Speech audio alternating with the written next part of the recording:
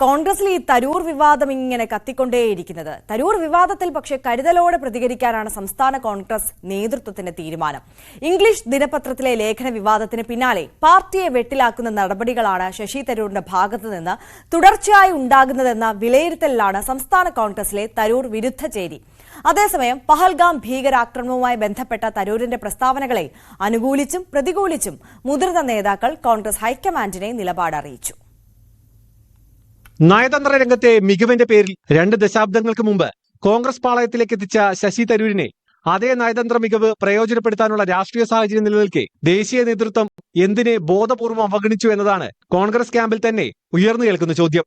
മോദി സർക്കാരിന്റെ നയതന്ത്ര ഇടപെടലുകളെ തുടർച്ചയായി പ്രശംസിക്കുന്ന ശശി തരൂരിനെ വിദേശ സന്ദർശനത്തിനുള്ള പ്രതിപക്ഷത്തിന്റെ പട്ടികയിൽ ഉൾപ്പെടുത്താതിരുന്നത് സമാന പ്രതികരണങ്ങളിലൂടെ പാർട്ടി വീണ്ടും വെട്ടിലാകാതിരിക്കാനാണെന്നാണ് കോൺഗ്രസിലെ തരൂർ വിരുദ്ധരുടെ വിശദീകരണം.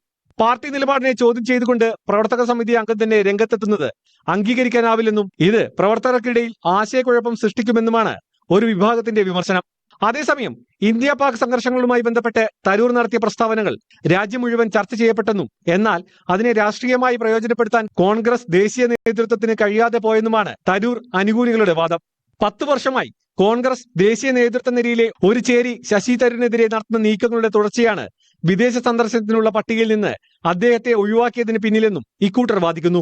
തരൂരിനോടുള്ള കോൺഗ്രസ് ദേശീയ നേതൃത്വത്തിന്റെ സമീപനം അവസരമാക്കി മാറ്റി പ്രധാനമന്ത്രി നരേന്ദ്രമോദിയും കേന്ദ്ര സർക്കാർ നടത്തുന്ന ചടുലമായ രാഷ്ട്രീയ നീക്കങ്ങൾക്ക് കോൺഗ്രസ് നേതൃത്വം ഒടുവിൽ വില കൊടുക്കേണ്ടി വരുമെന്നും ഇക്കൂട്ടർ വാദിക്കുന്നു. അതേസമയം തരൂർ വിഷയത്തിൽ പരസ്യ പ്രതികരണം നടത്തി കൂടുതൽ വിവാദങ്ങൾക്ക് അവസരമുണ്ടാക്കരുതെന്ന നിലപാടിലാണ് KPCC നേതൃത്വം. Dan Kurian, News 18, Thiruvananthapuram.